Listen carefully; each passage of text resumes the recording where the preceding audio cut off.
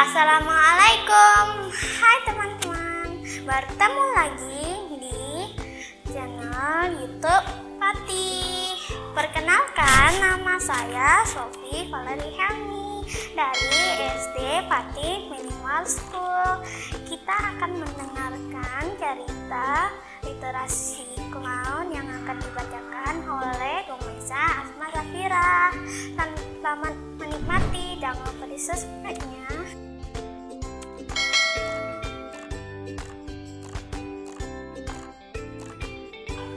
Assalamualaikum, saya akan menceritakan cerita berjudul Sepatu Si Ulat Bulu. Penulis Samsanok Bautafwan, ilustrator Onla Santi, terjemah Ana Farida Beni Ramadhani. Ulat kehilangan satu sepatu. Tanpa sepatu kakinya sakit. Ulat menemui laba-laba. Boleh kupinjam sepatumu laba-laba? Tapi sepatu laba-laba terlalu kecil. Ulat sedih tak sekali tanpa sepatunya. Ia menemui kata. Boleh kupinjam sepatumu kata? Oh, sepatu kata terlalu besar. Ia menemui belalang. Boleh kupinjam sepatumu belalang? Oh lala, sepatu belalang membuat kakinya gatal.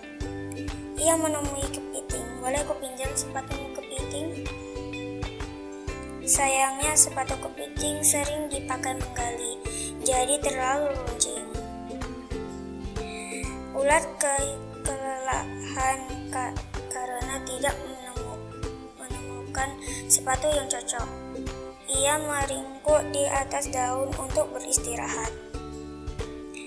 Ulat membuat kepompong agar tidurnya nyaman. Beberapa hari kemudian, sayap berwarna-warni terlihat.